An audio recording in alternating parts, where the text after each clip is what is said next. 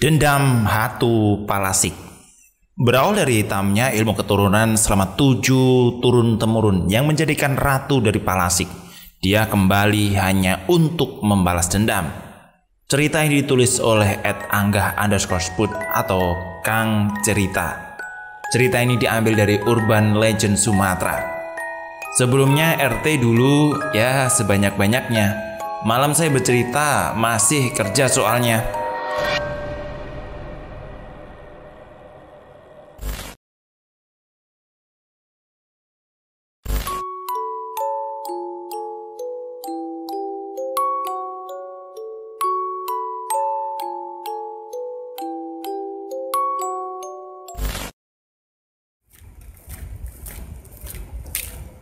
Langkah cepat seorang wanita separuh baya berlari di tengah kegelapan hutan.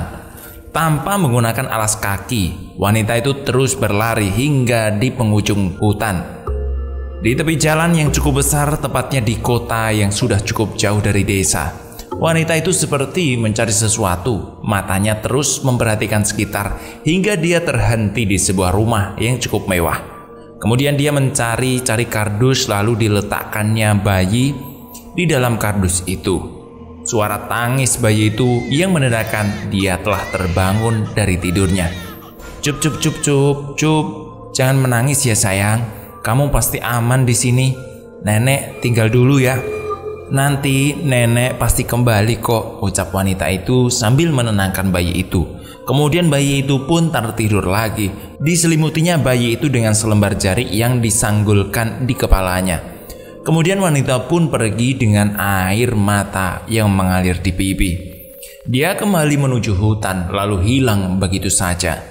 Pagi itu terlihat Nirmala sedang menyapu teras. Lalu dari dalam rumah terdengar seorang memanggilnya. "Ma, sarapan papa udah belum?" ucap suaminya yang telah usai mandi. Dia adalah Rahman, seorang wirausaha muda yang sukses. Rahman dan Nirmala telah menikah 5 tahun. Namun juga belum dikaruniai anak. Meski begitu, Rahman telah menyayangi istrinya dan bahkan tidak ada berniat untuk memadu istrinya itu. Dia bahkan sering memberi semangat kepada istrinya ketika istrinya selalu gagal hamil. "Udah pak, itu udah mama taruh di meja," ucap Nirmala sambil melangkah masuk. Kemudian dilihatnya Rahman baru keluar dari kamar dan langsung menuju meja makan. Rahman pun mengambil selembar roti tawa dan memberinya selai nanas. Dilihatnya Nirmala menatap dia makan dengan tatapan sedih. "Mama kenapa?" tanya Rahman. Coba saja kita punya anak ya pak. Pasti rame kalau pas jam makan kayak gini," ucap Nirmala. Kembali Rahman hanya tersenyum. "Belum rezeki kita mah. Suatu hari pasti kok kita punya anak. Tuhan belum memberikan. Mungkin karena kita belum siap." Nirmala hanya mengangguk. Dilihatnya Rahman telah usai sarapan. Lalu Nirmala melangkah ke kamar mengambil dasi Rahman, kemudian memasangkannya. "Semangat kerja ya pak," ucap Nirmala. "Iya, papa berangkat dulu ya," ucap Rahman yang langsung melangkah ke garasi. Nirmala pun mengikuti hingga sampai depan teras. Ketika Nirma ingin membuka pagar, di telinganya terdengar seperti suara tangisan bayi. Dia mencoba mencari sumber suara. Telinganya dikebawahkannya dengan cara berjalan sedikit merunduk. "Mama ngapain?" "Buka pagarnya, papa mau berangkat kerja," ucap Herman. "Tunggu sebentar pak, coba papa kesini dulu," sambil melambaikan tangan. Rahman pun keluar dari mobil dan menghampiri Nirmala. "Ada apa sih ma?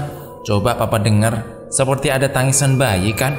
ucap Nirmala. Rahman pun mencoba mendengarkan dan itu memang benar. Kemudian pagar pun dibuka Rahman di balik rumput hias tinggi. Di tepian pagar terlihat sebuah kardus yang isinya tertutup kain jarik. Rahman pun mendekat lalu dibukanya, yang ternyata adalah seorang bayi yang sangat lucu dengan mata yang indah begitu saat dipandangnya.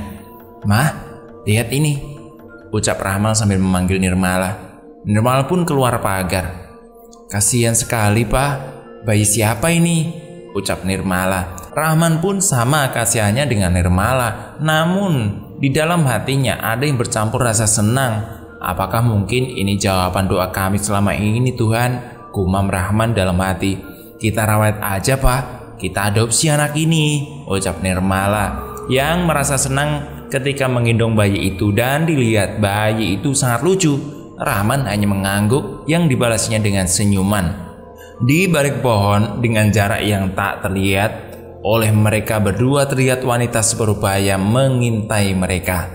Tolong jaga dia, suatu hari nanti jika sudah waktunya pasti akan kuambil lagi, ucap wanita itu dengan tatapan misterius lalu pergi berlalu begitu saja. Hari pun berlalu tanpa terasa, bulan ke bulan telah terlewati. Umi, Abi pergi ke sawah dulu ya, ucap seorang laki-laki yang sambil memikul cangkulnya. Iya Bi, hati-hati, bekalnya jangan lupa dibawa, Umi udah gak bisa nganterin ke sawah, ucap istrinya sambil mengelus-ngelus perutnya yang tengah mengandung. Laki-laki itu bernama Joko, serta istrinya Yola yang tengah mengandung. Terlihat di pintu rumah terdapat gantungan bambu kuning yang katanya bisa menjaga kandungan dari makhluk yang pernah meresahkan warga itu. Joko pun pergi ke sawah dengan berjalan kaki. Dia pun melewati rumah yang telah kosong dengan tanah yang cukup luas. Masih terlihat bekas hitam pembakaran yang pernah menjadi saksi bisu. Di balik peristiwa, Joko punya dua sudut pandang antara kasihan dengan marah. Dia merasa kasihan dengan seorang yang dibakar warga hidup-hidup sewaktu kejadian itu karena dia tidak mengenal wanita itu juga. Gak tahu juga latar belakangnya, namun dia hanya mendengar jika dia adalah anak dari Ibu Asih, seorang wanita parubaya yang waktu itu dicurigai sebagai palasik. Sampai kini Joko tidak mengetahui di mana Bu Asih lari. Warga desa juga semenjak peristiwa itu tidak ada mendengar kabar tentang teror palasik lagi. Jadi untuk beberapa bulan setelah peristiwa itu, desa terasa aman. Sesampai di sawah, dilihatnya mertuanya telah sampai dan duduk di gubuk. Joko pun menghampirinya. Faisal yang melihat Joko datang lantas langsung menegurnya. Lah nak, kok ke sawah? Yola kenapa nggak diajakin? Dia kan bentar lagi udah mau lahiran. Iya Pak, nanti siang juga saya pulang. Ini mau nganterin bekal Bapak dan Ibu saja. Bantu-bantu dikit, ucap Joko. Ya udah kalau gitu tuh tanam aja dulu, ucap Faisal. Tanpa banyak bicara, Joko pun langsung mengambil seikat bibit padi dan langsung menanamnya dengan cara berjalan mundur. Hingga sampai siang hari, Joko pun beristirahat sejenak. Udah nak, pulang aja. Bapak khawatir sama Yola, kata Faisal. Ya udah, kalau gitu Pak ya. Joko pulang dulu. Karena dari sawah ke rumahnya itu cukup jauh, jadi Joko sengaja berjalan santai sambil melihat sekitar. Namun dia terhenti ketika melihat seorang berpakaian rapi dan mengenakan helm proyek berdiri di depan bekas rumah Bu Asih. Terlihat kepala desa juga berada di situ. Mereka seperti sedang membicarakan sesuatu dengan tangan orang ini seperti mengukur-ngukur sesuatu. Joko pun mendekat. Ada apa Pak? Tanya Joko. Tanah ini disumbangkan dan akan dibangun sekolah. Hah? Dibangun sekolah? Sejenak Joko terdiam. Dia berpikir siapa yang menyumbangkan tanah ini, sementara tidak ada yang tahu keberadaan Bu Asih sekarang. Jikapun masih hidup, kenapa tanahnya ini mau dibangun sekolah? Gumam Joko sendiri di dalam hati. Lalu ketika Pak RT memanggil namanya menyadarkan, Mas Joko, Mas, ucap Pak RT sambil melambai-lambai tangan ke wajah Joko. Joko pun tersadar dari lamunannya. Joko pun bertanya kepada seorang arsitek itu, Pak, siapa yang Belum sempat Joko menyelesaikan pertanyaannya, orang tadi langsung memotong. Mas, maaf ya, bukannya nggak sopan. Saya harus segera mengukur dan membuat struktur bangunan ini. Ini proyek besar perusahaan kami, ucap orang yang berbaju rapi tersebut yang langsung meninggalkan Pak RT dan Joko. Tak lupa orang tadi berpamitan sebelum pergi. Sombong amat tuh orang, ucap Joko sambil menatap sinis. Ya maklum Mas, namanya juga orang kota yang kerjanya megang pena, jadi wajar. Lagian juga bagus lah kalau ada sekolah di desa kita, orang-orang tidak perlu lagi pergi ke kota menyekolahkan anaknya, ucap RT. Joko hanya mengangguk namun masih memandang orang tadi yang berjalan dengan tergesa-gesa.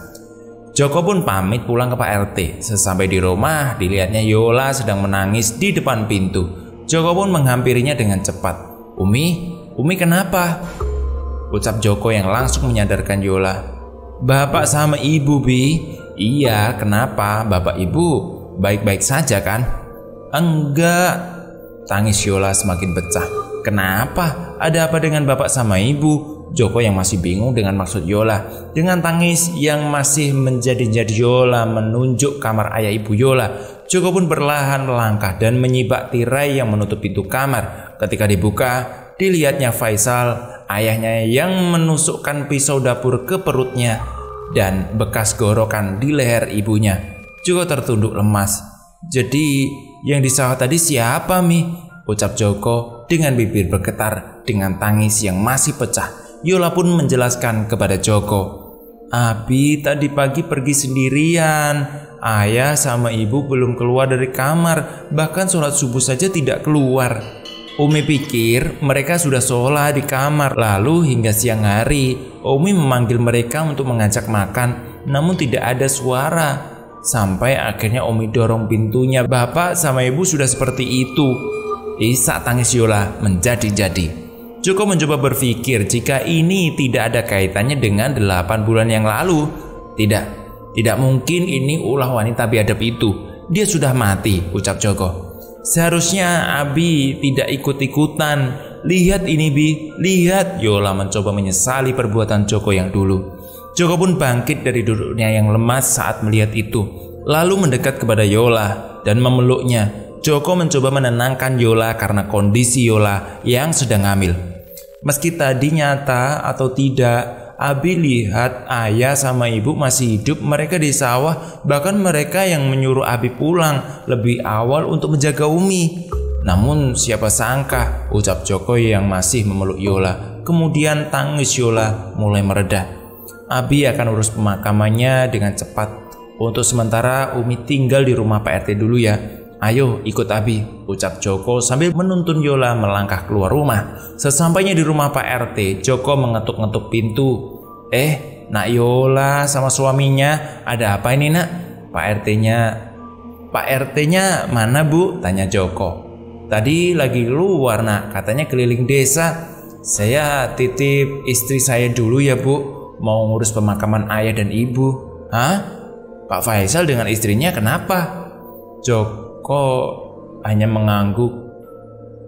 "Ibu sama bapak meninggal Bu."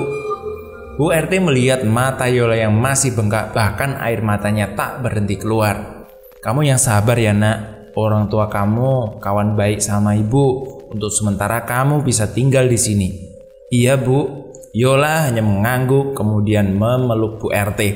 Kemudian Joko pun pergi meninggalkan rumah Bu RT.